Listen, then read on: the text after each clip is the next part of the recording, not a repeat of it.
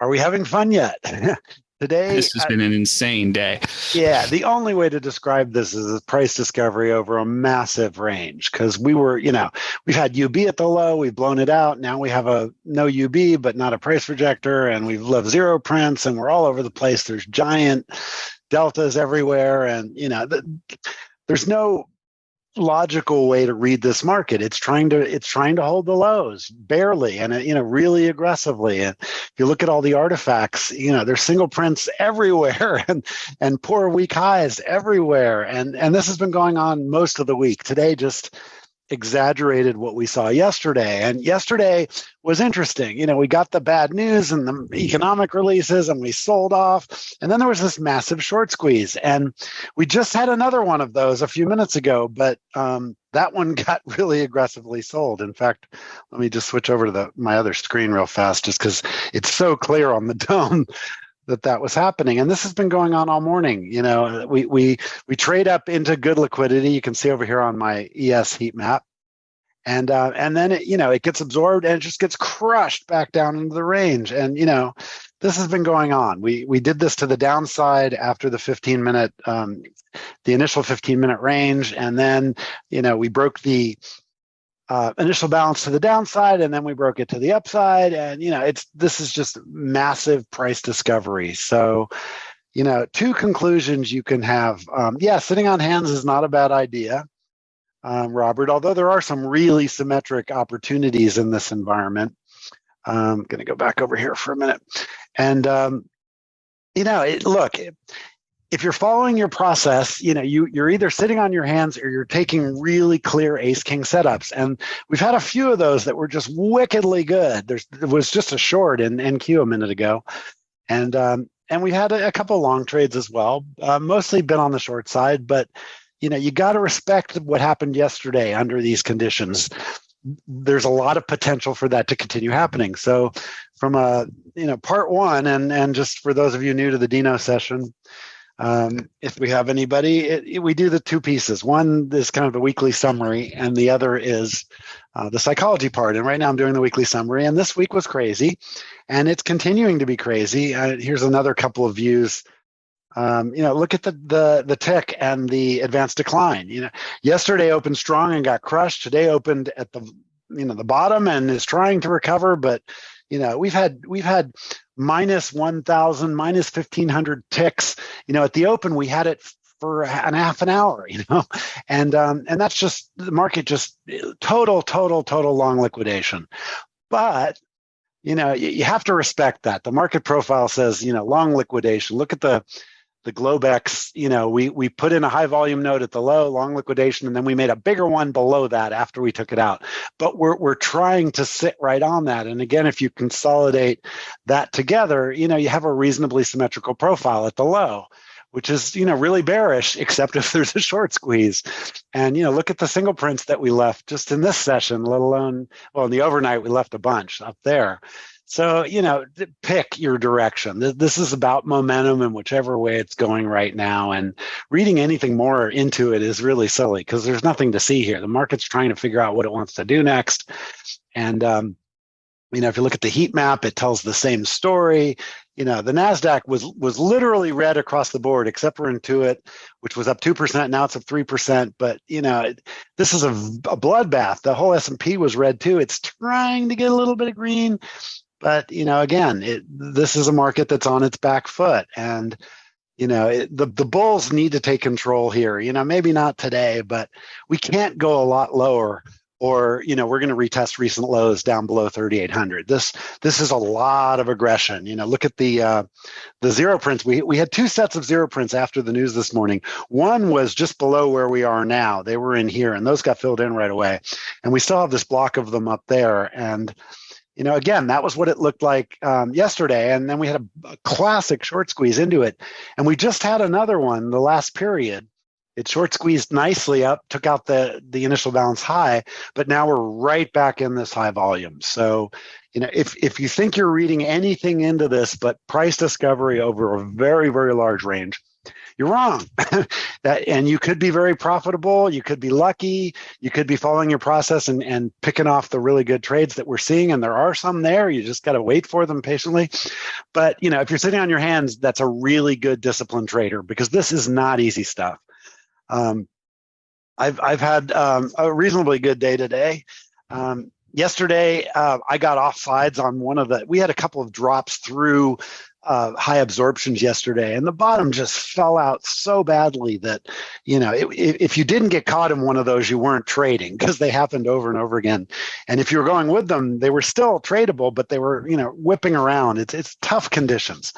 So, I would look at this as a really good educational week. And if you are making money, great, but don't read too much into that. These are very tricky conditions, and you might have just gotten lucky, or, you're following your process well and you're making money, and that's cool. But these are not conditions that it's easy to make consistent money in.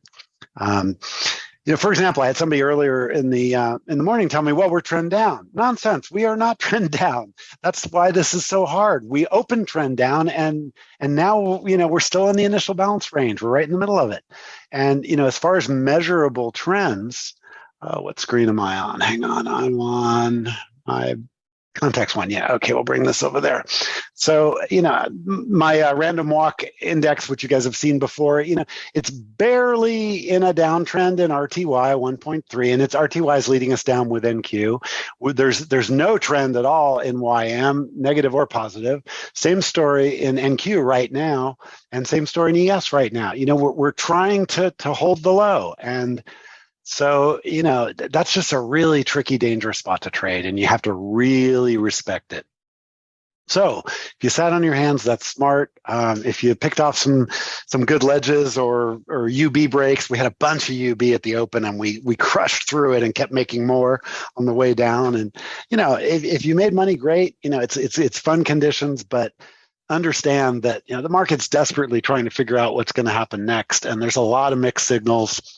We've seen some economic reports that were not very favorable for the inflation picture or the interest rate picture. And, the market's still pricing stuff in, and that can go on for a while. So the net message and conclusion I have for Dino part one this morning is just stay on your toes. And not trading, again, is a really good idea. But if you do choose to trade and you're patient, there are some good opportunities, but you just have to be so nimble. And if that's not you, or you're just not feeling that on any given moment or any given day, just sit it out and enjoy the show, or trade it in a sim, or trade an eval.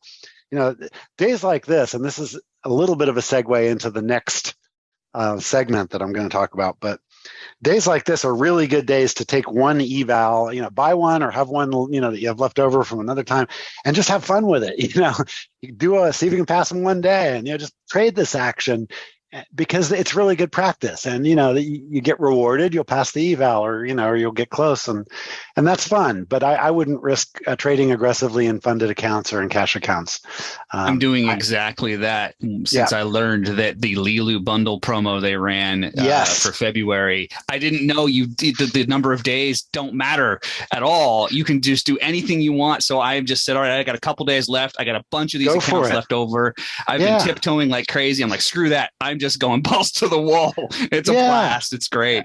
I saw your post, and I agree. I wish I'd known that about that promo. I would have done it, because I was shocked when I found that. I thought something said contact support and asked them, because I was assuming you had to do the usual 10 days, and nope. Right. So that would be fun. And again, that segues well into the next topic about plateaus and whatnot, but that's what I would be doing under these conditions. So good for you, JVC, you're doing it. And it always cracks me up under conditions like this. I see, all the predictors coming out on Twitter and on Facebook, if we can hold 39.42.5 here, we're definitely going to see new lows at 3,000, and all this kind of garbage. And why do that? What good is that? There's no edge there. So I don't understand even why people think that way. But on top of that, it's just such a great way to screw up your perception of what's happening right now, which is really tradable volatility, and the ranges have been respected pretty well. In fact, let me flip over to my other screen real quick for just one more second, and then we'll get into the part two. But we've had pushes up to the edge of the LRC ranges like we just had that were just perfect shorts. But those are occurring on a short squeeze up to the edge of the range. And then we're catching people off guard and they're getting run over. And this just happened in NQ. This is ES, but let me show you NQ. This just happened in NQ and I caught it perfectly. And I was just like, again, don't get too proud of yourself, Jeff. You got lucky. I started fading this right here, which was around 97. I figured, well, actually it was about 92 when I started fading it. That's the area I like to fade. And I thought, if it gets up to 0, small swarm, and maybe I'll add a few up to about 8. And as I was thinking that and putting my risk model into my head, boom, we popped up here to 17. And I was like, well, wow, that's my favorite spot just below 20. So I just piled in. And again, I got lucky. It traded all the way back to the other end of the range. And, but I can't look at that and say, okay, Jeff, you have a perfect process, because I could have got run over up here real easily like these people did back here. And it could have gone to 50, you just have to say, okay, I followed my process, good setup. I took the trade. It worked out. But that, even with a 95% win rate, that could have been a massive loser. And that did happen to me yesterday. Like I said, there was a couple of trades I was in short that there was a sudden sweep up, and there was a couple of trades in I was long, and much bigger sweeps to the downside. I had 1+1 I did. And I don't remember the exact numbers, but I'll just, for context, I'll give you I'll make it up as an example, a hypothetical. It was like the first place that I was looking long. I think it traded down to about 50 after going through 72 pretty quickly. So I thought, all right, that's a decent long there. So I put on a one lot, and then there was a big sweep down to 30. And I was like, perfect. So I put on one more, average is 40. It bounced up to 35. And then the bottom fell out. It went to 0 in like 3 seconds to the downside. And so I was just so off sides. It was like, well, that's that. I mean, it ended up being like with a couple of micros, it ended up being like a $300 loser. And I was like, okay. So I kind of took a break and I came back and I just nibbled my way back up to break even with those. And I said, I've had enough of that. And then today I just took a totally different approach and just went for key inflection points and just the ledges and edges. And that worked really well because, again, it was real easy to see where I was wrong as opposed to just looking for good opportunities to be right. And that's much more important to focus on the risk management. So anyway, that's kind of the summary of the week. I would not read anything into this price action because in every case this week when we've had that, it's been initiated by an economic number. And, so the reason that happens is people think, oh my God, the Fed's going to have to raise more interest rates. Well, the next Fed meeting is still a ways away. So between now and then, the market's going to play this game of price discovery. No one's in control. We've seen big icebergs that get totally run over after they're done iceberging, and there's huge deltas getting run over. And look at the session view that I showed a minute ago. There's a couple of deltas that are just massive, minus 1900, minus 1500. And, we've traded both above and below them. And, so it's really hard to, on the session profile, the deltas are the wrong way around, except on the pullback, they're the right way around. And this has been going on a lot. And the only thing you can read into this is price discovery over a big range. So trade accordingly or don't trade. And I will leave it at that, and let's go into part two. So I got this idea for this topic today. I saw some conversation about it on social media, and I thought, oh, God, that's a great topic. I haven't done a topic like that in a while. And it's, again, on the more positive side of the Dino, experiences from the pit and from the tar pits. One of the things that you run into routinely as a trader, and I guarantee you, if you haven't experienced this yet, you will. And many of you haven't been consistently profitable, so you haven't experienced this. But if you've been at all consistently profitable, particularly if over any length of time, it's really likely that and it's not even just consistently profitable, improving plateaus periodically. And by that, I mean that, you'll work and trade and practice and go to classes and you'll start doing it right. And, your results will improve accordingly. And that will go for a while. And then it will seem like, and I can't tell you that this happens so much that I'm surprised I didn't think of doing this as a topic earlier. What happens is you'll get to a point and you just can't get over it. You can't get better. You plateau. Like you can consistently make $100 a day, but the minute you try to make $150 a day, you just can't make it work. And I've had this happen over and over again, whether it's $1,000 a day or $10,000 a day, the numbers don't matter. You plateau at a level, and then it gets frustrating because you're not getting better, you're not getting worse, but when you try to get better, you risk your consistency. And so there's definitely an art to handling plateaus. And again, there's a number of different ways to do this. So I just thought I would share a bunch of guidelines from my experience doing this for 50 years. And this has happened to me so many times. So here's some anecdotes just to kind of set that stage. So I started trading in 1973, and my strategy in those days was really, really simple. I didn't know any better. My strategy was really simple. I bought really, really far out of the money options on acquisition candidates. And, if you were around in the early 70s or the 80s, throughout that period, there was this, greed is good, Wall Street idea, Carl Icahn, people, bought companies to break them up because the value of them broken up was greater than their stock was trading for. And a lot of companies had assets on their books that they had written off. They depreciated them over the years.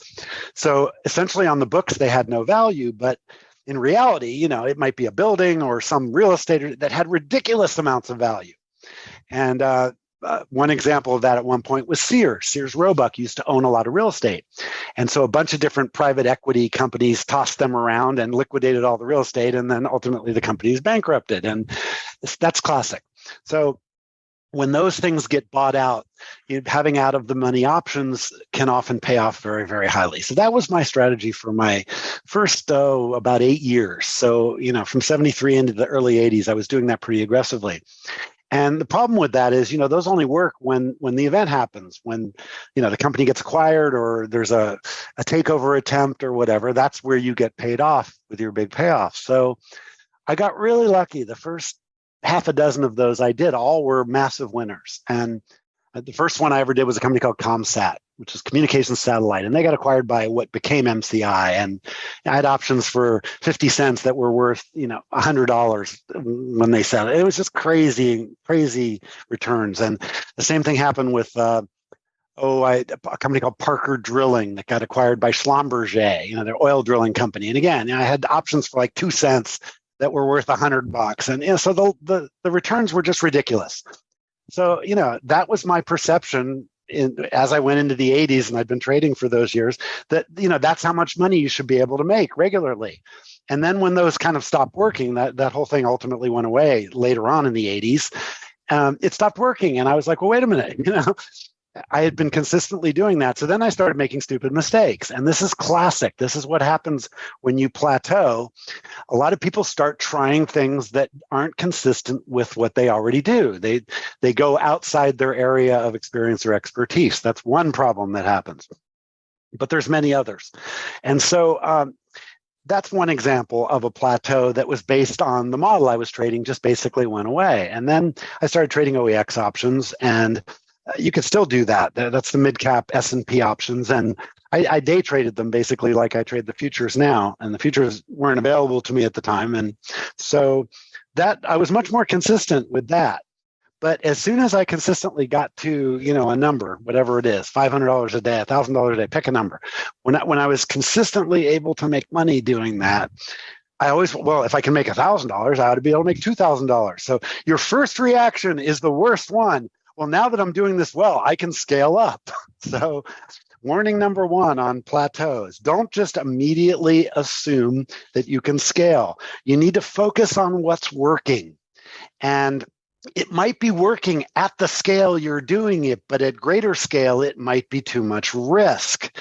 And so a couple of guidelines about this. Number one, focus really on what's working and make sure you understand what that means.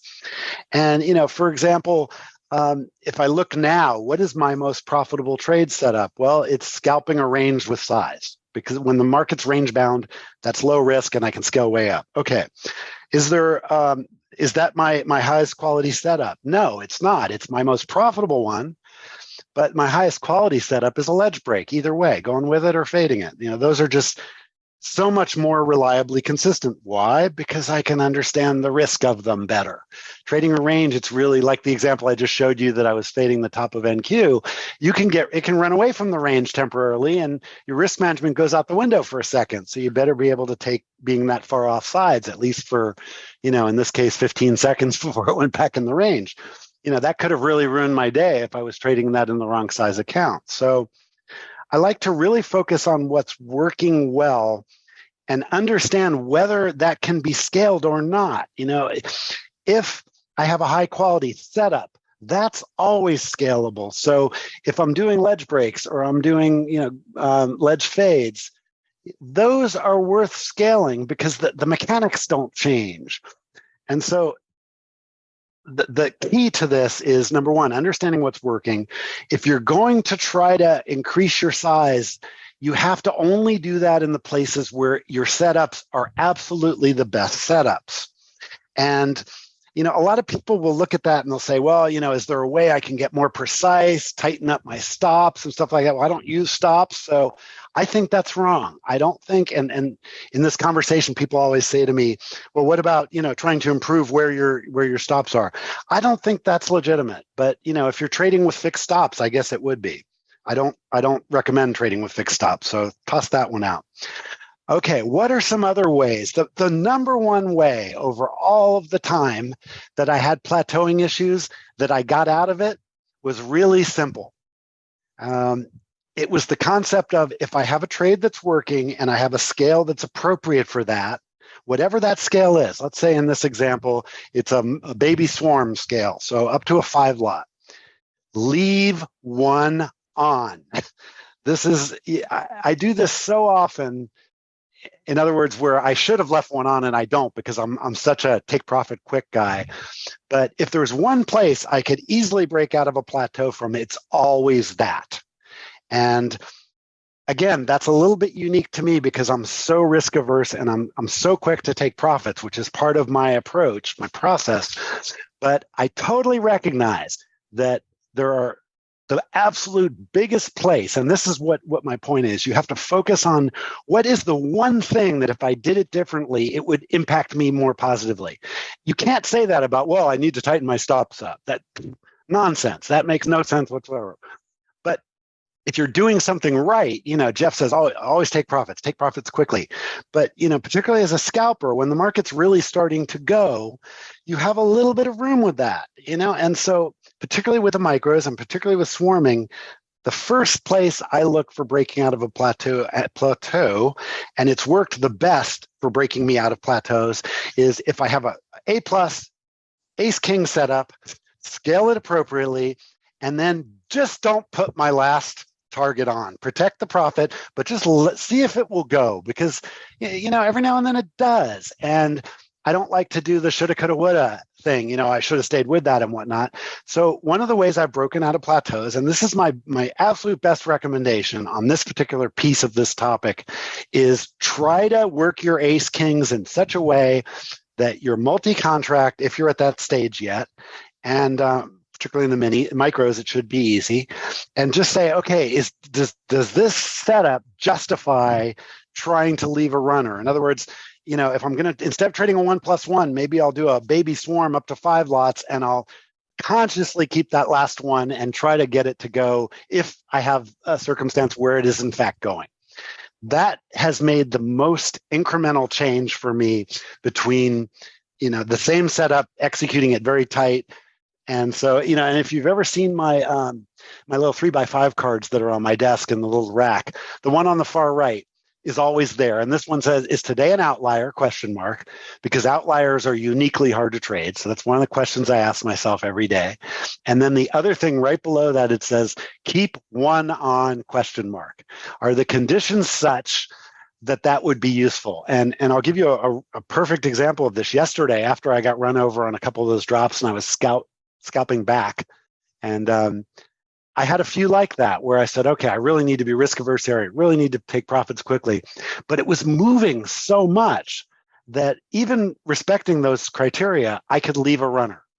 and still protecting my profit, but I just didn't clamp it down quite as tight. And there's an art to that, but if you have a consistent process and if you're making money consistently with a certain amount of size, consider that one. Consider, is there a way that I could get more out of this, not let the trade work longer and none of that nonsense, but just the same idea, execute the same way, take profits quickly, protect your profit, but every now and then one of those will really get going and let it. Because, yesterday was a really good example of where that could have resulted in, 20, 30 points in ES. And yeah, it pulled back a little bit, but it was clearly a short squeeze. So that's one example of how you might be able to do that. Another a couple of less precise things, but one of the things I've found when I plateau is that my mind has plateaued. And so this is a really good time when you're consistent and you're making money and, but you can't get above a certain level. A really classic one, by the way, for ES traders in this one is $500 a day. I can't tell you how many people I know and how many people I've coached that, trading ES or MES got to a nice consistent $500 a day, which you could almost live on. That's a decent amount of money.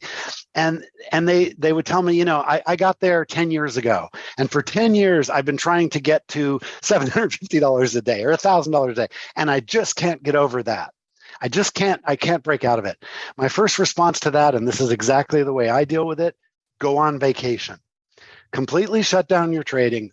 Plan a good vacation and go do it, because there is definitely a benefit, and it's totally intangible, of getting completely away from your trading world, the people you interact with, your computer, your platforms, and sitting on the beach drinking Coronas for 2 weeks. Your mind will reset, and when you come back, and I can't tell you how many times this has happened, at least 12 times I can remember specific instances where I did that. And I came back, and as soon as I got back to my desk, I realized something that was really a significant improvement in what I did, and it reflected in my results almost immediately. And it's an intangible, because I couldn't tell you exactly what reset in my brain or why that happened, but I just know that getting away from it is a really good way to do that, just like it is when you're not doing well. But it's even more important when you are doing well, because if you're process driven, which you have to be, and you're doing well, you're going to get really, really bound to this loop of my process execution. What you don't want to do in there is question your process. That's the absolute wrong time to do that. But, if you're sitting on the beach drinking a beer and, watching the surfers and, oh, wow, your mind is processing this in the background. Your subconscious will do it. And you come back. Sometimes you'll have these ridiculously good ideas and you have no idea where that idea came from. And again, this has happened to me at least 12 times that I can remember specifically. And so I highly recommend that one.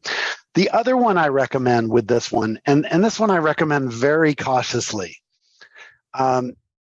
Coaches and mentors can be both good and bad for you. And, you have to be really careful who you enter into relationships like that with, either as a coach or a coachee. But there are cases where getting the outside perspective of a mentor or a coach, particularly a very experienced one, can be really, really valuable, because there could be something really simple that you're just not seeing.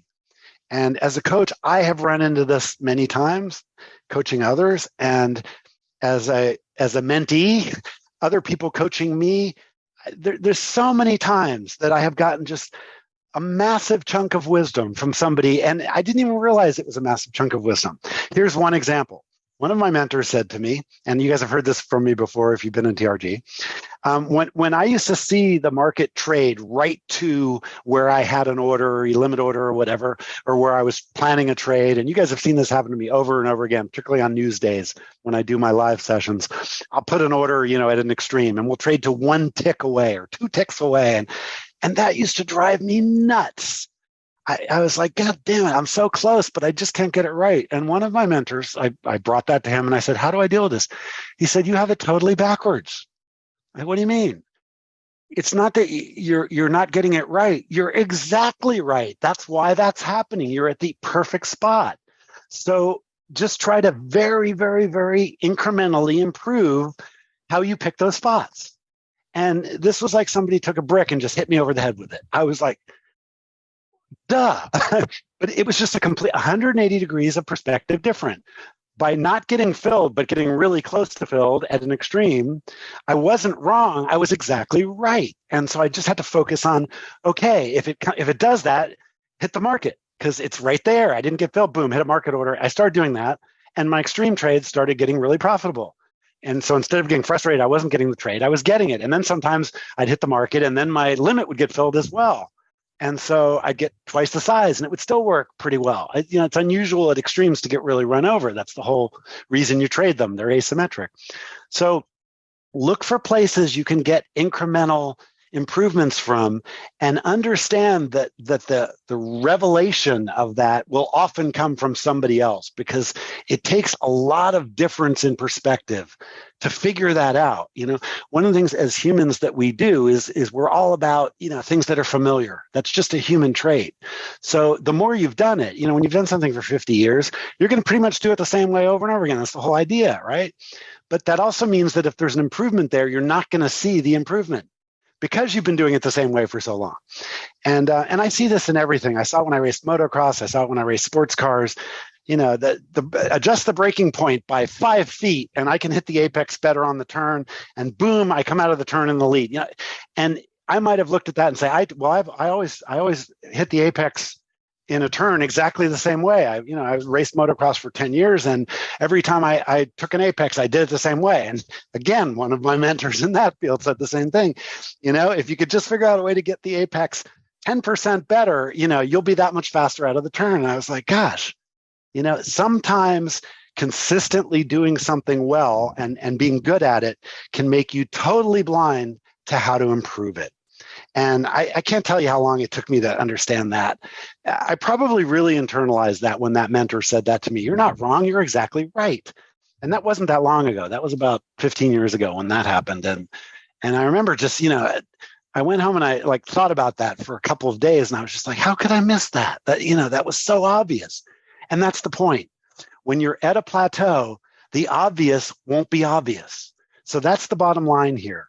And again, just to run through a quick summary, you really want to focus on your high quality stuff that's working, thinking in terms of, well, if I improve my losses and I put my stop, that stuff doesn't make sense. Focus on what's working and get different perspectives on how to improve it. And try, for example, the idea, I never let runners go. Okay, well, see if you can get a runner now and then. Don't try to get it, but if the conditions are right and you can protect the profit, don't be so fast to take it. Maybe it'll go a little bit. And little things like that gets you out of your plateau. What doesn't get you out of your plateau is trying stuff that's totally irrelevant. Like, I do everything really, really well with order flow and my footprint and my dome and my LRCs. So I'm going to add the MACD to it. That's the stuff that doesn't work. Do not add more to your point of view or to your process. That, in my opinion and my experience, never works. It's always the opposite. That just screws up a really good process. And the plateau goes from being a plateau of success to starting to go down. You start having worse results. Focus on the elements, get your best trades if you can get runners, and then question your assumptions. That's the big thing, the being wrong at a limit order or whatnot. And that's really hard to do without somebody helping you. So, your trading partners, the other people in TRG, your mentors, your friends, those people can be really good at giving you a perspective that maybe you didn't consider. And oftentimes it comes from people that aren't even traders. And it oftentimes comes when you're sitting on the beach drinking a beer and just talking about whatever. You'll have an epiphany. And again, that's just the way the human mind works. Our subconscious minds are always doing stuff. And when you're under stress and you're focused and working all the time, your subconscious mind's at a disadvantage. But when you relax and kind of let your brain do its thing in the background, the background processing, you'll find you'll all of a sudden start getting new ideas and good ideas that might be really, really valuable. In my case, again, I've dozen times, it's been a significant improvement when I did that. Get away from it. I think that. And that can be hard to do when you're really doing well too, because you really want to stay in it. And that's another reason to get away from it. So those are kind of the broad strokes of my thoughts on this topic. I can go into a lot more depth, but one of the things I like to try to do in this Dino session is keep the material relatively short, and this is right now on about 20 minutes since the second half started. And then, conversation. So let me look at the comments and we'll talk about those, because I love it that you guys jump in on these things, because that's the whole purpose of these Dino sessions. And so share my experience, strength, and hope, and hear ideas from you and give feedback. So I had a bad mentor teaching you to fade the open. This is Donna. It was stock, so I can see the reasoning, but it was not a great idea. Yeah, and again, what I'm talking about here is when you have methodology that is working. And a lot of times mentors will give you suggestions that may or may not be useful. But again, that depends on the quality of the mentor and exactly what the relationship is. But, be open to a perspective.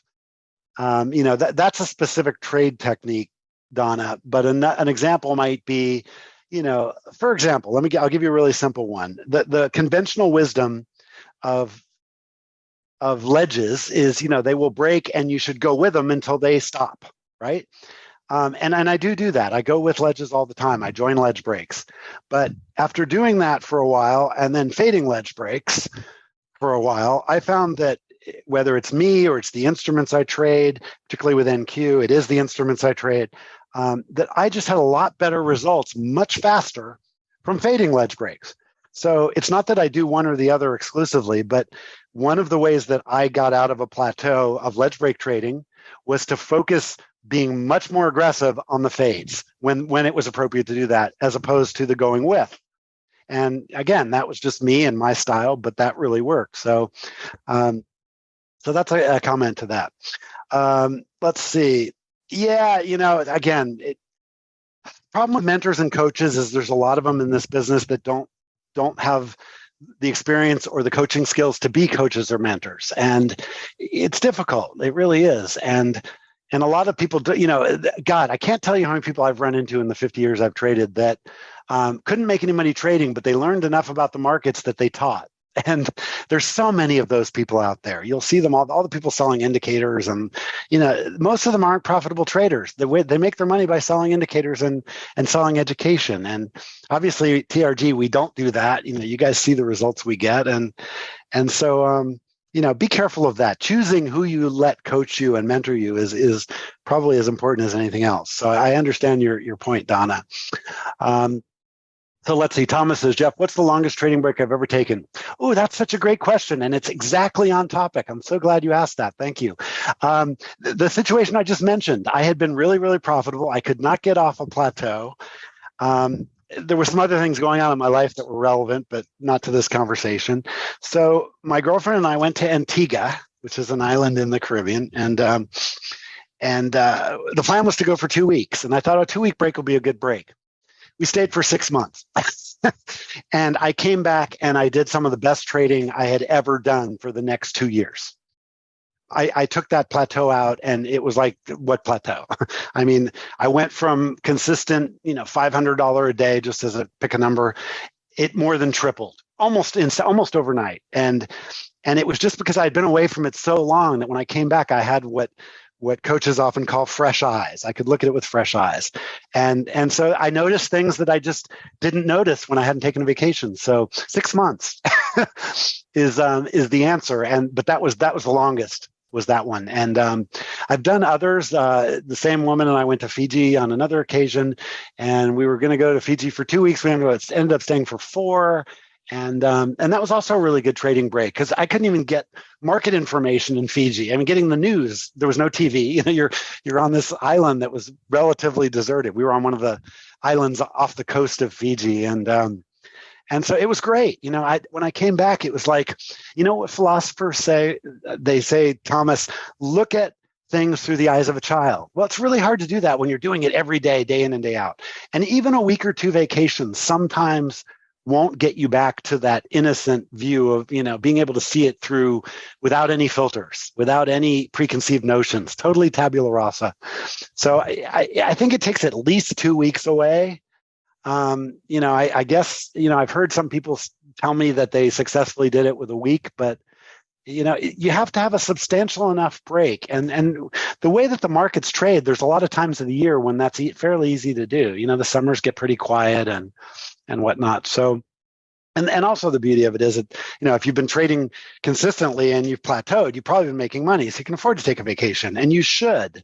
And you'll be shocked at how much different your vision is of what you do. I mean, I can't tell you, God, I hundreds of examples of that in the last few years in my world. I can't. In fact, I can't think of a vacation that didn't help me, except when the ones that were too short. When I lived in Southern California, I had a house, and I lived in Santa Monica, and I had a house in Palm Springs. And my girlfriend and I, same one, we were together a long time. We used to go every weekend to my Palm Springs house, and we'd hang out down there. And I thought that was enough to clear my head and come back and trade Monday morning. And one day she said, when we're only gone for the weekend, it doesn't seem like you get to relax. And so this was a great suggestion. She says, why don't we go, Thursday night, and we'll take Friday and Saturday and Sunday. And then we did that. And then the next thing she said was, why don't we take Monday? So, we'll leave Thursday night, we'll come back Tuesday, and you can trade Tuesday, Wednesday, and Thursday. And the more we did that, the more it helped me. And she didn't trade, didn't have any idea how trading worked. She just could tell in my demeanor and my personality whether I was truly resetting or not and getting a break. So I think it's really impossible to do in less than 4 or 5 days. But I really think it takes 2 weeks to really do it well, to answer your question. Let's see. A few years back in your options days, I'm not sure what you were referring to there, JVC. Let's see. I stopped about a week ago. I was just telling Thomas my longest break was like several years back when I used to do options.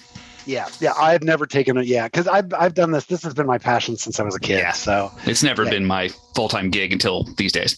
Yeah. And you know what? That time that we went to Antigua, I was like, once we decided to stay a little longer, I was pulling my hair out at first, and and then I gradually settled down. And having somebody you're in a relationship with, or a friend, or a significant other that can read you is really helpful, because it was just really clear to me by her perceptions, I wasn't perceiving myself accurately. She was more accurate than I was. And that was really, really helpful. So let's see. I stopped a week ago, considering under what conditions pick it back up, how to stay out of the compulsion zone. Oh, well, that totally depends on where you're at, Thomas, and, how good your process is and what your results are at. So there's a lot of, that depends in that. But just, having the good sense to take a break and walk away is pivotal. It is absolutely pivotal. And there are no examples in my experience and my history where it didn't help me to do that. So it's that simple. Donna, your comment, the market will still be there. I love that. I love that. I love that. I want to elaborate on that. One of the things one of my other mentors said to me way back when I was in my 20s, and you've heard this from me before, but it bears repeating. There's 200 some odd trading days a year. If you hit them all, there's more than that, but I like to use the number 200. And so, and he did too. And he said, you know what? He said, there's 200 days a year, and I was 25, I think, at the time. He said, so, if you just trade, 30 more years, think how many days that is. So any given day is irrelevant. And if you're plateauing or if you're making mistakes, those are both indications that something isn't right. In general, you should be able to improve yourself over time. And if you haven't improved yourself in a year or 2 years or 6 months, there's something holding you back. And so the market will always still be there. And, even if you're my age, if I live another 10 years, that's another 2,000 trading days. So, it will always be there. It's easy to get compulsive about markets, particularly, if you're reasonably consistent. And, like Lee likes to say, it's almost a little bit of an addiction. And that's true. It's not a little bit. It is an addiction. It pushes your buttons. That's why you have to make sure that you don't let, trading get really exciting. Because if it's exciting, you're doing it wrong. It should be really boring. And we talked about that at a previous Dino session. So great comments. And no, that wasn't off topic at all, Donna. It was cool. And I appreciate that comment. Okay, let's see. Bob, how did I find my mentors? Oh, that is such a good question, too. The short answer, and then I'll read the rest of your question, it's absurdly hard to find good mentors. And I'll tell you the main reason. People that can be good mentors often don't want to be, because it's a lot of responsibility. And I got to tell you this, most people that you mentor don't understand how much you're giving them and how much benefit and how much time and energy it's taking of yours. There's a really good document somewhere on the internet. I'll have to see if I can find it in my backup somewhere as well. But it's about how to choose and understand your relationship with your mentor. And particularly if it's a really good mentor, you have to really make yourself available, and you have to really listen to what they're saying to you, and you have to understand that they don't need to be there. You do, but they don't. If they're qualified to mentor you, even if you're paying them, they're doing you a massive favor. There's no amount of money that you can pay somebody that equals the opportunity cost. If I spend an hour coaching someone, they could pay me $500 an hour. I don't charge that much, but if I did, it's still not what I could be making doing it myself. And so the opportunity cost is dramatic for the mentor. So finding good mentors is really important. Respecting that your mentor's time is critical, and making the mentoring process easier for your mentor is all part of it. But let me go through the rest of your question. And I'm also going to make a note. That's a really good idea for a whole Dino session right there, is mentoring, finding mentors, et cetera. I'll give you a couple of quick points, but I'm going to make that the next Dino session because that's such a good question, Bob. Okay, was it a paid relationship? Most of the mentoring relationships I have had have not been paid directly. They were other consideration, whether they were friends of my family or, I was able to give some equivalent value doing something else. I haven't done a lot of paid mentorships where I was paying, excuse me, but I have done a few. Typically, I do that when there's something really specific and I want an expert to help me with it. That's the best example of that. This day and age, finding people to mentor you without paying them is pretty much impossible. Anybody that's good enough or experienced enough just isn't going to do it. So, there's group mentoring, which is what we do in TRG, but one-on-one mentoring, you should be prepared to pay for it. And, and a good mentor typically will not charge you as much as they could, because, there's a reward for them seeing you succeed. But building a relationship like that over time that is effective can be really difficult. People's personalities get involved, and time management, and so you really got to tiptoe into those. I've been very careful about who I will do that with under what conditions, and and I have been burned. I've invested a lot of time and energy into somebody, and then just had it be a total waste of time of mine. And they didn't get something, or they did. I didn't really care. So. Let's see, do I still get mentored? Yes. My best mentors are no longer alive, but I still have a couple, and I go to them when I have something I need help with, and I don't pay them. These are people I know well, that I've known a long, long time, and I'll say, okay, here's the problem I'm having. I've done this with respect to TRG a number of times with my mentors, where I sat down and said, you know what, I love TRG and I love what we're doing, but developing a business model here is just impossible. It's really hard to make a trading education business that isn't bullshit Algo Box 9000 garbage, a truly valuable community, and make money doing it, because people don't commit and they don't want to pay for it. And well, this is a perfect example. We give this Dino session away, and it's really hard to get a big audience.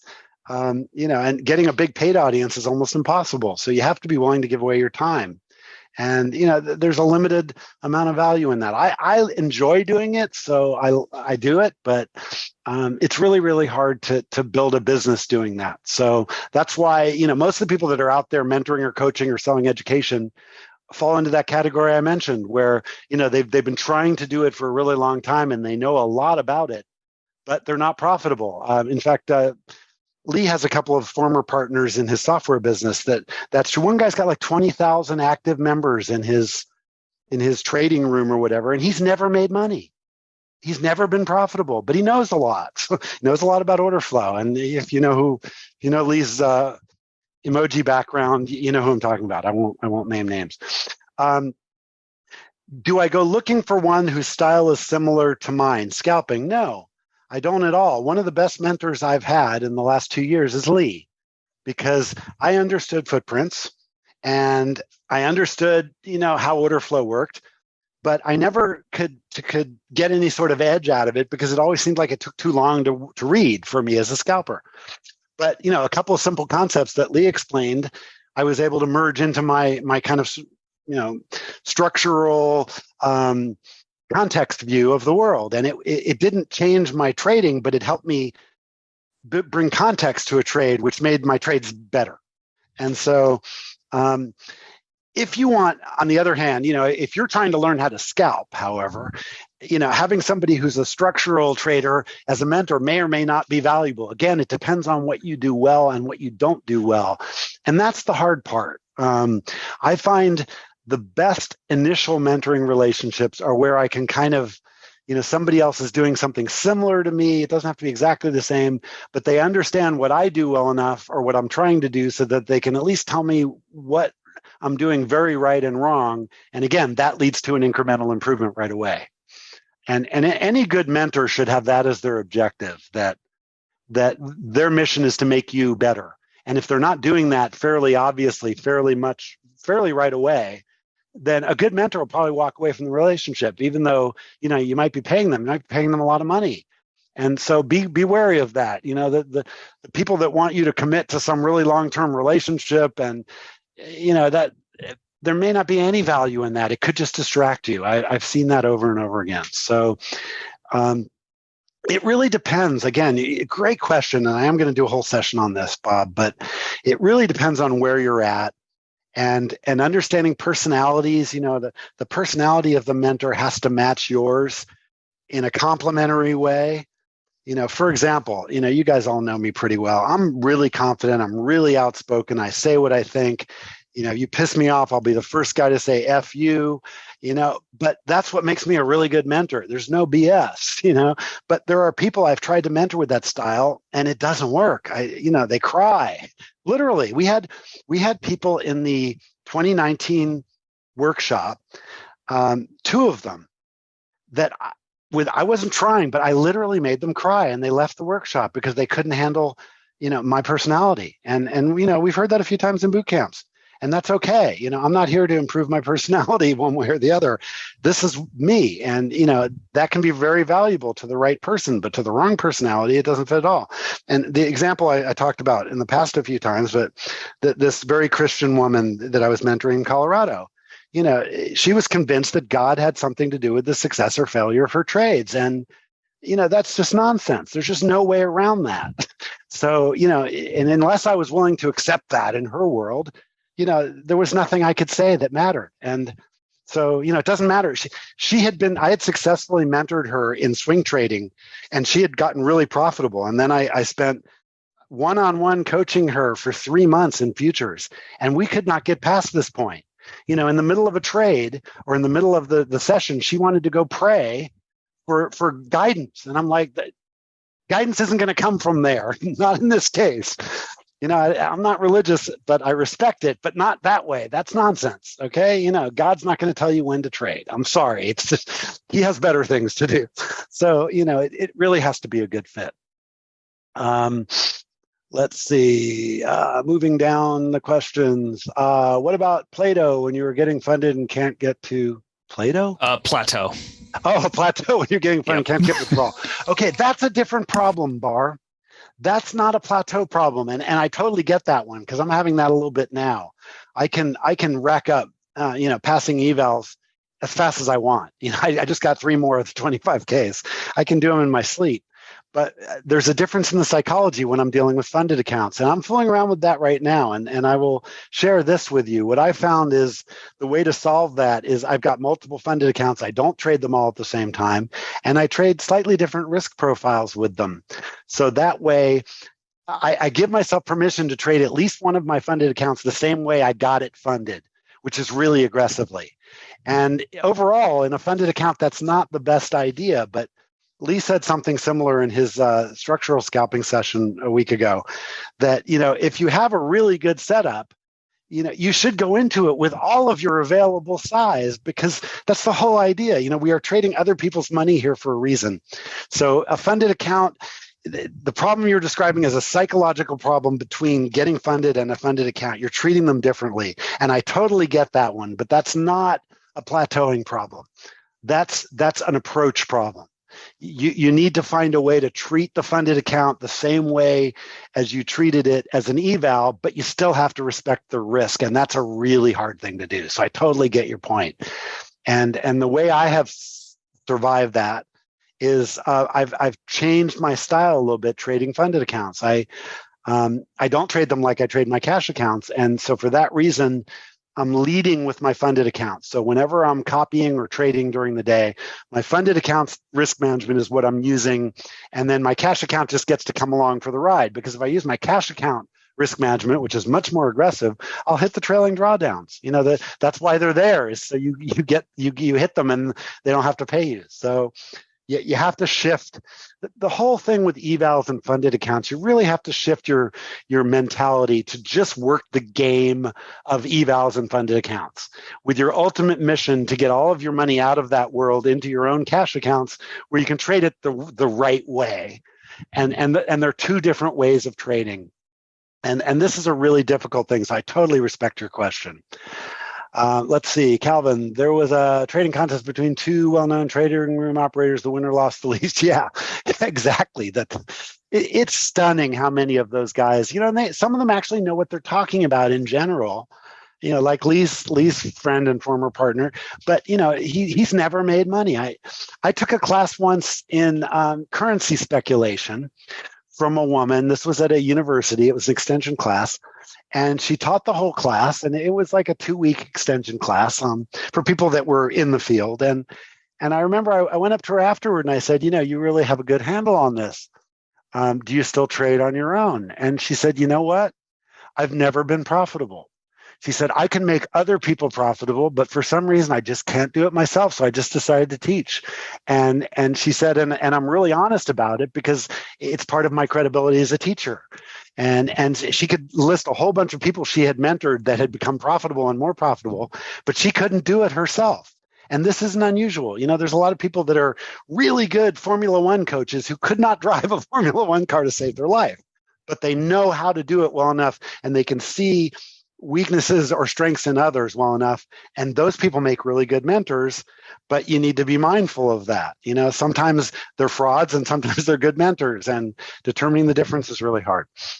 That's one of the most important traits, in my opinion, right there, is someone who is observant enough in the right ways to recognize when you are, where your mistakes are, where your issues are, whether they can actually do it themselves or not is, in my opinion, my experience, actually less important than them being super dialed in to being able to see it in you and communicate it. Exactly. The best coaches do not have to be world-class at the thing that they coach. They just have to have a world-class understanding of it. And yes, that is such a true statement, JVC. You nailed that. Let's see. Yes, tough love is critical, Donnie, and I'm a total tough love guy. But there's people that can't handle that. And one of my first reactions when that happens is to say, you know what? Trading might not be for you, because this isn't one of those things where people pat you on the back and tell you you're a great guy all the time. This is about survival. This is blood sport. So there's no participation trophies. There's no participation trophies. And, anyway, okay. So let's see. One of my best mentors, our last conversation, I was sobbing on the phone. He said, "You're losing because you are not doing what I told you." That was a good mentor. Oh, best mentor because he was profitable. Yeah. That doesn't mean he was a good mentor though. Because that's a destructive comment when you say you're losing because I'm not doing what I told you. That's destructive. There are constructive ways to do that. That's not one of them, and that's not an example of tough love at all. But yeah, and that's the problem. It's a really tough question. Bob brought up a really good one here, and like I said, I'm going to do a whole Dino on this. I want to organize my thoughts better than they are right now, and I will do, if not the next one soon, we will do how to find mentors, and I'll find that document on understanding that the simpler you make your mentor's life, the better they can mentor you. And I'm going through this right now with somebody I'm coaching that, I had to first teach him how to communicate with me before I could mentor him, because he didn't have any experience in communicating in this kind of relationship. So I was either getting way too much information, totally unorganized, or I wasn't getting the information I wanted. So like the first 2 weeks of our relationship was me defining how we would interact. We'll meet on these days and you'll send me this and it will have these elements in it and you'll use numbers or bullets. You won't write me paragraphs and you'll spell check it before you send it to me because that's really rude to send somebody a grammatically or spelling incorrect document. That just shows lack of professionalism. And, so it's a tough question. We will definitely come back to this one. There's definitely a correlation between religious people and those. Oh, absolutely. Yeah. Well, I don't want to criticize religion too much, but, basically religion is a leap of faith. You have faith that there's some guy in the sky who, whatever, or group of guys, whatever your religions are. And, by definition, that has no place in a practical exercise like trading. Sure, you can go to church and pray for success and all that, but the day in and day out, even if there is a guy up there, he doesn't care what your results are. So yeah, it lends to a lot of BS though, and it does that in life and politics and everything else. That's my negative on religion is people get so married to their religious belief and it's just pure faith. There's no evidence for that, and so you can go around circles forever on those kind of things. And, literally one time I was at her house and we were at her computer working and I had just made a really important point and she understood it was a really important point. And she gets up and goes running into her prayer room because she has to pray about that point. I was like, you just ruined this day. I'm leaving, I'm not religious and I won't put up with that. If you want to do that on your own time, that's fine. But, that has no business in this relationship. And she just, no, you should respect my faith. You should respect me as a student. And that's my point about your mentor's time is what's valuable, not yours. You have to get that right. You have to be there with the idea that, this person is doing you a massive favor, even if you are paying them. I run into this all the time. If you don't have that attitude, I guarantee you will turn off any good mentors. Because it's just not worth dealing with you. It's too much energy, too much time, or, getting 5 emails when one could matter, could get the job done, that kind of stuff. You have to make their life simple so they can actually spend their time helping you. Let's see. Okay. Oh, that's interesting. Yeah, I know Merritt. Yeah, he's an interesting animal. I don't know that I would consider him a particularly good mentor. He's a prop firm leader, and those people aren't necessarily good coaches or teachers. I know his style and I know what he does, and I have mixed feelings on whether he's a good mentor or not. On the other hand, there's some, that, well, for example, he has a connection to what's his name, the one good trade guy, Mike. Help me out with his last name. Bellafiore? Anyway, yeah. And that guy's a really good mentor, but he's like me. He's a tough love style one. So yeah, SMB, that was the one I was looking for. Yeah. So I think that a lot of times people, go to the guy who's the most famous or the guy and that may or may not be a good fit at all. I mean, I look at the different guys at Axia. I've gone through some of their trainings and I know, the 2 principals there and some of the other guys that are educators, and some of those guys are useless. There's one guy that, just puts up a whiteboard and he's such a poor teacher that it doesn't matter how much he knows. But then, I follow Brannigan's posts and, and I can see that, for the right individual that he could be really valuable. And same thing with Futures Trader, Morad. Yeah, from a business point of view, there's people that have issues with him, and I've seen him as a really good coach, and I've interacted with him a little bit. He hasn't coached me, but I've watched him coach other people, and I can see how he could be really valuable in the right circumstances. But I also see how, he has a commercial interest with his brokerage firm that's not necessarily complementary to that, because there's some conflicting objectives. Yeah, Axia is very expensive. They're probably, I don't know if that will continue, but they used to be kind of the exclusive. They were the only one at the high end of the space, and so they could get away with that. But actually, since we came along, that has changed a little bit. But I'd love to, that I get that. if from a business model point of view, and this is what I was saying earlier about TRG, if you really want to make money in education, you have to do what Axia is doing. You have to make it ridiculously expensive, and people pay or they don't. And, and you're going to burn a lot of bridges, but you'll have a successful education business. And, Lee and I, and then JVC, putting TRG together, our mission's completely different. We want to see people succeed, and we understand that we're never going to make a lot of money with TRG, that, if we just get it to break even and pay the bills, that would be nice. And, it's really about the reward of seeing people succeed. Lee posted this just yesterday or the day before that, every time one of you guys posts that you're funded or that you're withdrawing money, it makes our day. Lee and I are both like this. We jump for joy when we see that, because that's the reward. We can change someone else's life, and a good mentor, that will be the reward. Yeah, you should pay them too. It should be worth their time, but I've done mentoring relationships with, in fact, the one swing trading with that woman, the Christian woman, this is what I did. I did not charge her. I had a deal with her that if she became profitable, she would give me 10% of her profits at the end of every year, and that she would take 5% of her profits and donate it to a no-kill cat shelter.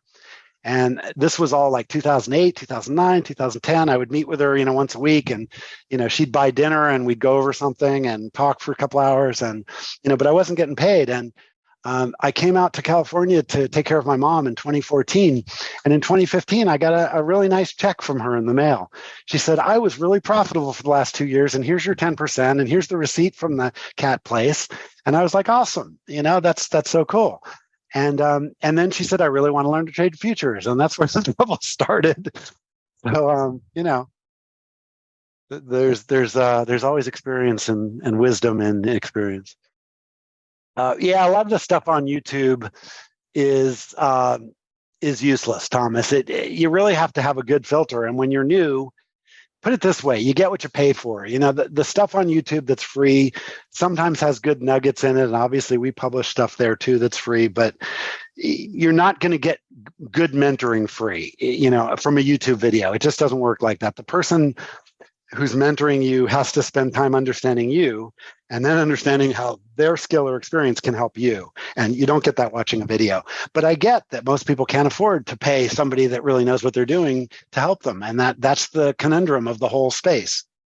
And that's why Axia charges what they do, Let's see. Yeah. Okay. By the time your filter is good enough to see through the stuff on YouTube, you probably don't need it anymore. Yeah, exactly. And every now and then I'll see something that I find really useful, a nugget of something, but you have to sift through so much nonsense to get to those that it's really hard. And I get, if you're new in trading, or if you're still working on your edge or trying to get more consistent, this is a really tricky space to find good information in. But I guess let me wrap this topic up with the following statement. And again, we're talking about plateauing, but the entire secret to success in trading is less is more. Get rid of everything that you can get rid of. And the way you do that is by constantly questioning if you need something. You'll see me and Lee do this all the time. Have one view or chart set up, or the 30-minute. And you know what? I don't look at that enough. It's just another data point. Get rid of it. Just look at the session. Or that's the kind of thing you just have to constantly remove information, data points, until you have it really, really simple. And then it's just a matter of how well you can execute against that simplicity. And that's the stage where a mentor is really useful. I think trying to find mentors to get you to that stage, what you're really looking for is education, not mentoring. And again, in TRG, we try to do a little bit of both of those things, but that's it's a big problem. The space, there's so much nonsense in the financial space that it's really hard, and I get that. So I will definitely do a session on mentoring. I don't want to keep going too long here because we've already gone an hour. But great comments, everybody, and. Oh, Bob, you just brought up another one. Trading psychologist is a really valuable thing, but that is totally different than a mentor.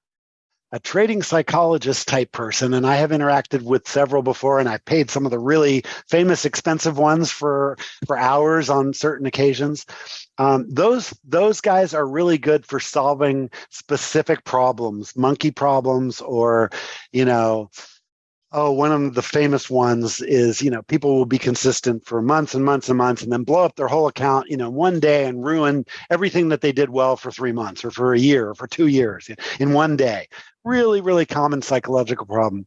And psychological counselors and those that understand the psychology of the trading space are infinitely valuable for solving problems like that. We talked about the Martin Tendler book, In the Pit, and finding ways to actual systems to work your way out of those things that you do wrong and your biases and all that. That's absolutely critical, but I don't consider that mentoring as much. That's more psychology. Really, you really need an expert, and it's almost like therapy. You put it well. It's they have to really dive into how you're thinking, and that's a different thing than mentoring somebody's trading ability and their trading process. One of the things I'm finding right now, I'm mentoring a couple of people, and sometimes I do it with both of them at the same time, and sometimes I do it one-on-one. Most of the time it's one-on-one, but every now and then I'll do something together with them. And one of the things I'm finding is that things that are relatively simple to me, that I say to them, okay, go do this, it's not relatively simple to them. And this is where it's really useful. Like, I break what I do down into a context procedure, what's the context of the day, and then an execution procedure. And you guys have all seen my document in the pit, Elements of Doc's Discretionary Trading. And that document is my execution, and those are the pieces I use. And the context you've all heard me do on sessions like Wednesday morning or whatever, where what happened overnight and where are the artifacts and all that. And over the course of weeks, I still hadn't seen a clean process for this from either of these guys. So finally, I just said, screw it. And I said, here it is, 1, 2, 3, 4. Here, 1, 2, 3, 4. That's it. Okay, now do you guys have it? They needed me to do that. For whatever reason, the way that I was trying to get them to do the work themselves just wasn't working. And so, okay, here's the thing. Now go practice it, and we'll talk about it next time. So, the psychology part is a slightly different animal, but it's equally important. Let's see. Next, is it possible to become really good with group coaching or having individual mentoring? Ooh, that is a really good question, Maria. In my experience, at some point, having an individual mentor is really, really helpful. But when that happens in your trading career, or it might happen more than once, it varies. You can get a lot out of a group. Not group coaching, but like watching an educational session and like what you guys do in the dojo. You can get a lot out of that. But there's a degree above it that you get when you have a good one-on-one relationship with somebody. One of my best mentors ever was one of my first. My father introduced me to a friend of the family who was a specialist on the New York Stock Exchange. This was in the 1970s. And if you don't know what a specialist is, this is like one of those jobs that your family has done it forever and you're born into it, and it's a license to make money. A specialist on the New York Stock Exchange can legally front run orders. Their job is to maintain an orderly market in an equity, IBM or whatever. And the specialist runs that market. Everything, at least on that exchange, goes through them. And when there was only one exchange, back before all the electronic exchanges, that guy had a lot of power. And so my first mentor was a specialist, and just every little nugget he told me about how the psychology worked and how the markets worked and what the bullshit was and what the reality was, man, it was just like I couldn't absorb it fast enough. And that went on for a long time, 20 years. And then he passed away. And I never had to pay him or anything. I had to buy him a lot of dinners, but it was one of those situations where just, every little nugget he had, sometimes I would hear them and they wouldn't be relevant for another year, and then I'd be sitting in the middle of a trade or something. I'd say, oh, that's what he meant. It was just giving me a mental framework of what financial markets were really like, because when you're new, particularly when you're young, and I was, you get caught up in a lot of the bullshit, the markets are manipulated and, the market makers are doing this and this and that. It's all conspiracy theories and, they came from my stops and all that garbage. We've all been through that. And, the reality is the market couldn't care less where your stops are. If your stops are getting hit because you're stupid, not because the market cares where you're a little, you're a peon, you're an ant to the market. It doesn't know where you are, doesn't care. And, he was really good at just giving me that perspective. And I went to the New York Exchange a few times and watched how trading worked on the floor. And it was just so educational. So I think that a one-on-one relationship like that, and I had several like that. I think that there's just no replacement for it. But if you go looking for them, they can be really hard to find. Sometimes they have to find you, and sometimes it's just serendipity. Let's see, Donnie. When the student is ready, right? Yes, exactly. Oh, and I go through that all the time. I turn down far more, and I know Lee does too. I know most people that do any sort of coaching or mentoring turn down 90% of the people that want to hire them because you can just tell they're either not ready, or it's the wrong time, or whatever. And again, I've had those. I've turned somebody down over years and years, and then 3 years later, okay, now you're ready. and so you have to let that happen naturally. And that's hard to do when you're really driven to succeed. It is definitely hard to do. Let's see, Donnie, I think sometimes people rely too much on mentoring and psychology techniques books too much when in fact they just don't understand absorption. Oh, absolutely. This is a key point. I totally agree with you. You have to understand the mechanics of the market. If you're still in the mindset that there's some secret you don't know, and once you know that secret, you'll be profitable, then you've already lost. You have to understand the fundamentals, as Lee puts it, how price moves, what makes price. This is an auction. And the beauty of the futures market is it's totally pure. One exchange, everybody's here. There's one total volume. There's one bid, one ask. The trouble with equities is that they're traded on multiple exchanges. So you can never see the big picture and the entire picture. And so, it really is important to learn what you have to look for, understanding the auction. And then once you do that, then you're building a style, and that's where a mentor can be helpful. But to get to that point, what you really need is education, not mentoring. So that is an excellent point. The psychology and the books and whatnot, I don't think you can read too many books as a trader. I've read almost 3,000 trading books. And I get something out of every one, but I've also gotten really good at disregarding what doesn't apply to me, and that's hard to do when you're new and you don't know what you should know and not know. But yeah, chasing. Oh, absolutely, Thomas. That's what most new people do. They just go from one strategy to another, over and over again, and it doesn't work like that. The market only works one way. Finding an edge among the way the market works is your mission. And one of the things we do in TRG over and over again is we talk about what's an edge, and if you're thinking that an edge is when the 150 crosses the 50 moving average, those aren't edges. Those are backwards looking statistics, metrics. You have to understand what's happening right now and be able to put that into context. But once you can do that, a mentor can really help you understand the edge or not of it, and help you adapt that to your personality. I prefer to mentor people that are scalpers, but I have mentored people that are not scalpers.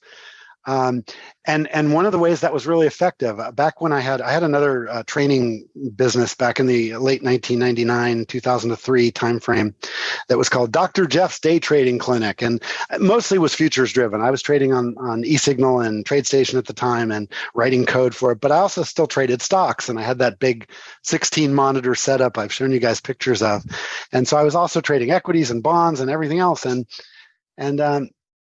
it's I would go from strategy to strategy, and it was constantly, that's such a new rookie thing to do, and I did it, and people do it, and it's not about the secret indicator or the once you understand the market itself, there's edges everywhere, and then what you do is you perfect them. So what I was doing with the swing traders in my group was I was just teaching them how to get good entries. Because as a scalper, that's your mission, getting a good entry. But, if you ask swing traders, they'll tell you it's much more important where you exit. And, those seem like they're contradictory, but they're really not. If you get a good entry and that's why, I think learning scalping, even if you're a structural trader or a swing trader, it can improve your entries a lot. And because most swing traders aren't that focused on their entries, they're focused on where they're going. even Lee, as a structural trader, says that all the time. He's not focused on his entry as much. He obviously pays attention to it, but he's focused about where he's going. He wants to be trading towards something. As a scalper, that's not my concern. My concern is getting into price action favorably so that I can get back out with ticks or points. And it's all about the entry. If the entry is good, I know I can get back out with points. So if you combine those two things together, it's really powerful. So, a scalper can help you even if you're not one, and vice versa. Like I said, Lee and his structural approach was really helpful for me. Okay, too many ways to fail. Yeah, you know what, Thomas, I'm gonna push back a little bit on what you said. There's only really one way to succeed in the market. You can there's a lot of different strategies you can have in the market, and there's a lot of tactics. But, you either sell high, buy low, or buy low, sell high. That's how you make money in the market. And all edges somehow relate to that. And so, the first thing you should realize is that there are no indicators that do that properly. They all are backwards looking and they all work sometimes, but none of them work all the time. And knowing when they're working and not is the problem. So you have to learn to read the auction. But once you can read the auction, then you're going to start seeing edges and strategies all over the place. And then it becomes a question of finding the things that suit your style and your time frame. And those are all really important points. If you can only trade the overnight, you're very limited in what you can do, but there's some good opportunities in the overnight. If you're only going to trade the first 2 hours, that's a completely different animal. The price discovery at the beginning and then the initial balance and the rotations, A period to B period and all that. And again, once you understand how the auction works, you can adapt to whatever works best for your lifestyle and your job and your computer's performance and how big your monitors are and how many you have. That's all that stuff is contingent on that. So that's why we're so hardcore on teaching fundamentals. That's why we made the Make Ticks courses free, because we wanted people to get the basics before they even try to learn anything else and understand, how important those basics are. Why price moves, doesn't get more important than that. All right. Hey, hi, Alex. Welcome. I don't know if you've been here the whole time, but we're just wrapping up. So, but you're definitely welcome. Let's see. Okay. I think I covered all the questions, and we're running a little long here, but I think this was a really good conversation. And we got into a third topic, this topic of mentoring, but it's such a good one. I am going to do a dedicated Dino to it because I got to find that document about. I think it's called Care and Feeding of Your Mentor. It's something like that. That's the gist of it. And I think that's the most important thing to understand if you're trying to get someone else to help you, whether you're paying them or not. And even if you're paying them a lot and whether they're a professional educator or not, you really have to understand that, you're at least half the equation, a lot more than half of it in reality. What they can do for you is going to be really dependent on how easy you make that for them. And so we'll have a whole session on that one. Oh, okay. Well, glad you made it, Alex. The recording will be up a couple of hours later tonight, tomorrow, and by all means, it'll be up this evening. Yeah, do not miss it because there was a really good conversation. We've had a lot of really good comments, and we've had some great chat. And thank you, Donnie. I really do appreciate that. We started doing the Dinos 2 months ago, and I wasn't sure if it would take off or not. And we're getting a decent turnout for them. And there's people watching the recordings on YouTube. And it's fun for me, and it's productive for me to be able to share this stuff because, God, back when I needed it, there was just no place to hear anything like this. And everybody was full of shit, and so it really takes time to find people you can just sit and chat with and listen and understand, where they're coming from and how it might be helpful to you. So I do appreciate that feedback. Absolutely. I know right. Alex from a past trading life. So it's good to see you here, Alex. I'm okay, cool. Yes, we're glad to have you as well. And if you know JVC, he is our illustrious community manager, and we're very, very pleased to have him. And I know so much of this resonates with you, JVC, because that you've lived this too for a long time. Oh, absolutely. I've been chasing this for a really long time, and finally, It's like I realized, all this time I actually am I now know I'm on the right racetrack, and in fact, I can see the finish line. It's in the distance, but it's there. I know that it's there. I can see it. So that's an epiphany day when that happens, where you can say, okay, I'm not perfect yet. I know I can see the finish line. I can see profitability consistently, and I know what I have to do to get there. And then it's just work. It's a lot of work. Yep. Most people come to trading wanting to get rich quick and make a lot of money, and they don't understand how hard this game is. But boy, once you get to that realization, then you have that, and I've said this before with, people getting funded and withdrawing. The minute the market pays you, Maria is enviably in this point where she's doing withdrawals now. That's such a great day, because you know that no matter what else happens in your life, you could do this and make a living. And it's the ultimate thing to do. You take your computer and go anywhere in the world, plug in, and you can make a living. What other business can you say that in? I can't think of one yet.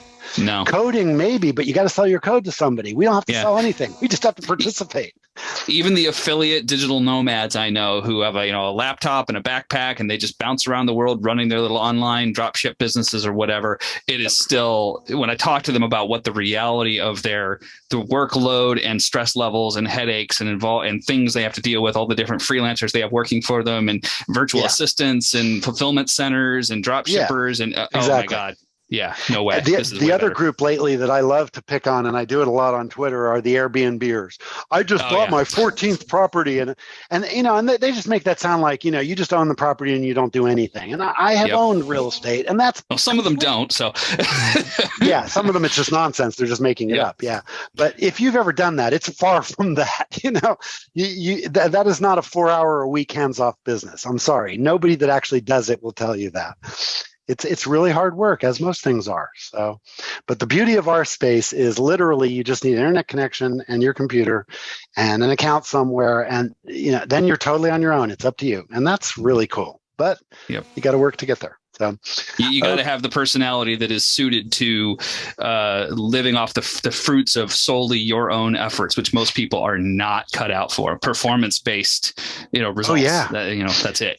So. Yeah, I was telling one of my mentors this just last night. I said after yesterday was a hard day, and I went negative, and then I worked my way back to positive, and it was all over the place. Then we got that short squeeze, and I was just like, you know what? I'm going to take my profit and shut down, because I'm lucky I even got to this point. And and he and I were talking right after that, and I said, one of the things people don't understand about our business is the level of hard work and how much money you make. There's no correlation at all. You can work really hard all day and end up with less money than you had them at the beginning of the day. And that's really hard psychologically. If you're not prepared for that and truly have the mechanisms in place, you'll struggle forever. This is not, get rich quick. But boy, once you understand it and you get over that hump, it's like, wow, this works. I can do this, and that's just so cool when that happens. So keep working toward it. If you haven't gotten there yet, you will. And look at the people, that have made it. Not just Maria, Robert. We have a bunch of people now that have passed withdrawal or passed fundeds, and a number of people that are withdrawing money. And that's just so cool. You're getting paid to trade now. That's worth patting yourself on the back and giving yourself a vacation if you've gotten to that point. That you are now in the top probably 2 or 3%, if not better. Because, if you ask any futures broker on the planet, how many of their accounts make money, they'll tell you 1 out of 100, 3 out of 100, maybe. Some of them have none. I know a really successful futures broker who's been a broker for 20 years. He has no profitable clients. And he's rarely had them. When he has them, they tend to go away. They get too big for him. And that's just the nature of the game. And so it's critical. All right. Well, thank you for all the good feedback. Yes, you're absolutely in the right place, Alex. We will get you on the road, and then you'll have a good shot at not only getting funded but staying funded. So that's absolutely, you're absolutely in the right place. All right, I'm going to go ahead and see if we have any other final comments or questions or burning desires. Otherwise, we'll wrap it up. It was an hour and a half, but I think it was a good hour and a half, so I'm glad we went long. And good session for sure. Yeah, lots of fun. And if you came in late, by all means, check out the recording as soon as JBC gets it up. There were some really good comments and questions along the way. All right, with that, we will go. Thank you, everybody, for the feedback and all the participation. It was wonderful, and I'm gonna really work that mentor session, because I think that's a really good topic. So thank you for bringing it up. Excuse me, I burped. Thank you for bringing it up, Bob.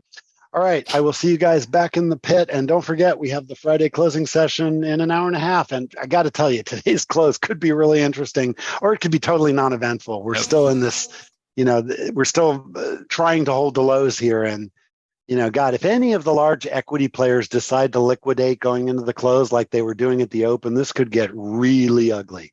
And or imagine a short squeeze. Exactly. That was what I was going to say. Imagine like the short squeeze we had yesterday. That could get wickedly. And we had some teases of that. We just had one a minute ago. We just had a pop up from 57 up to 65 in the ES. And, those are happening because shorts are getting caught off sides. And so the close could be very, very interesting. So by all means, join us for that session. It's moving around a lot. So, yep. Cool. Good stuff. All right. See you guys later. Have a good one. Thank you. Catch you later.